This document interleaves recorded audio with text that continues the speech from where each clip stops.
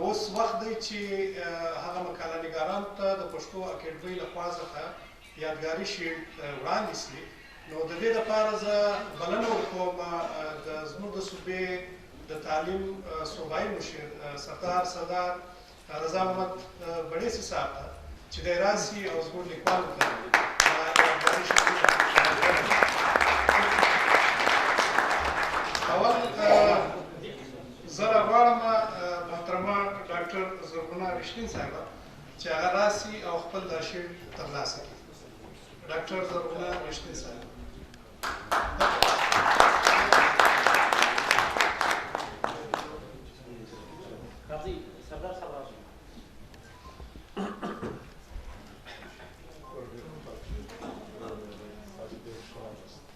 ښاغلي درویش دراني صاحب ته خواست کوم چې راسي او خپل یادګاري شیلډ ترلاسه کړي. درویش دراني صاحب. درویش صاحب کیسه باندې وکړه. درویش صاحب.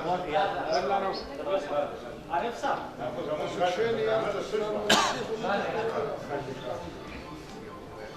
نظر صاحب. درویش صاحب د خپل یادګاري شیلډ صوبایي مشر تعلیم جناب سردار رضا محمد بړیسي. سر لږ سایډ څه تصویران واخ.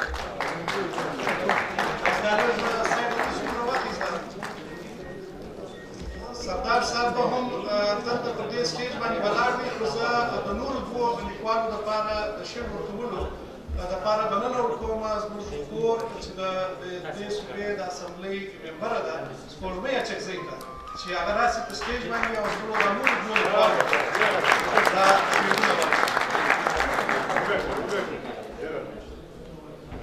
ډاکټر محب وزیر ته بلنه ورکوم چې هغه راسي او د محترمه سپوږمۍ اڅکزۍ څخه خپل یادګاري شیلډ ترلاسه کړي. ډاکټر محب وزیر.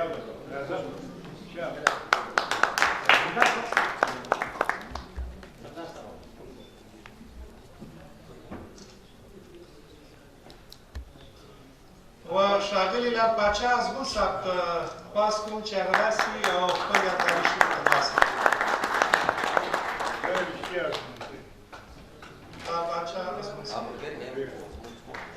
اوس زه د دې غونډې چې کوم صدر و رئیس و محترم ډاکټر معصوم صاحب ته خواست کوم چې هغه راسي و سردار رضا محمد بړیسي صاحب ته د پښتو اکیډمۍ لخوا د کتابونو ډالۍ وړاندې کړي.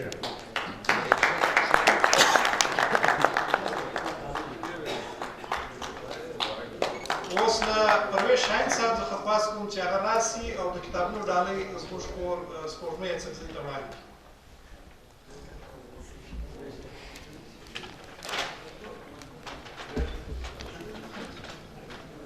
ډېره مننه.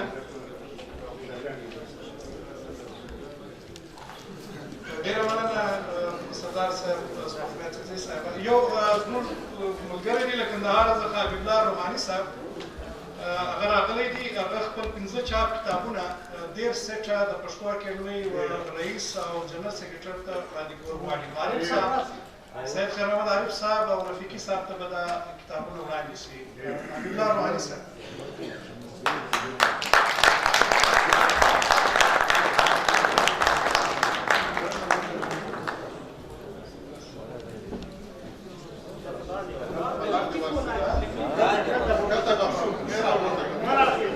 وړاندې کوم اول ځان ته او بیا د پښتو اکاډمۍ ټولو زیارمخکښونکو ته، خصوصا زموږ سپینږیري دوستان او د اکاډمۍ صدر محترم اغا صاحب عارف او هم ډاکټر صاحب محترم رفیقي صاحب ته او هم جناب ډاکټر صاحب لیاقت ابان اغا ته. یو بیت وایم نو بس خپله ډالۍ کوم چې وخت ضایع نه شي. وایي هغه هم د درویش د دغه د صدر د معین په ارتباط چې هر څوک مایوسي لري د ځانه سره حتمي لرو، ولیکن دا چې ټوله پر میکونو وخت نه لرو چې وږغېږو. موږ خپل دین ادا کړی دي. ټولو جابرانو ته مو په غټ لویو محفلونو کې حتی ډېر ادبي بس بعضې هغه څه چې موږ تاسې لازم بولو هغه مو ورته وړاندې کړي دي. خپل مسؤلیت مو رفع کړی دي. کښېنستلي نه یو په بانډو کې څه چې په ګونګیانو ته راغږېدلي یو. تاسو دې راپرېږدئ.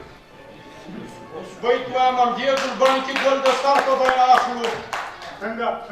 دې ګلبن کې ګل د سر په بیه اخلو. خپل زر سوځو د بل زر په بیه اخلو. کله ډاکټران لرو هغه د خلقي و پرچمیو ملا او فلاني په نامه وژنو، بیا نورو ولایتو ته ځغلو، خپل انجینر وژنو، بل بیا هسې کوو قربان سم. بس دغه ودانه باید تاسو ټولو ته ډالۍ دي قربان سم. زه به دغه زما یو نیم سل کتابه مې دلته راوړي وه، دا صلاحیت یې دغو دوو ملګرو ته ورکوم ستاسو په اجازه. مګر هغه څوک چې وروره زما د دغه څخه ګیلمن نه اوسي، که چېرې کم وه بیا یې دوباره پښتو اکاډمۍ ته رالېږم انشاءالله ټولو ته به ورسېږي چې هغه ادبي فنون هم دي انشاءالله، شعري ټولګې او معلومات دي. وایي دې ګلبن کې ګل د سر په بیه اخلو، دومره ناتوانه یو. دې ګلبن کې ګل د سر په بیه اخلو، خپل زر سوځو د بل زر په بیه اخلو.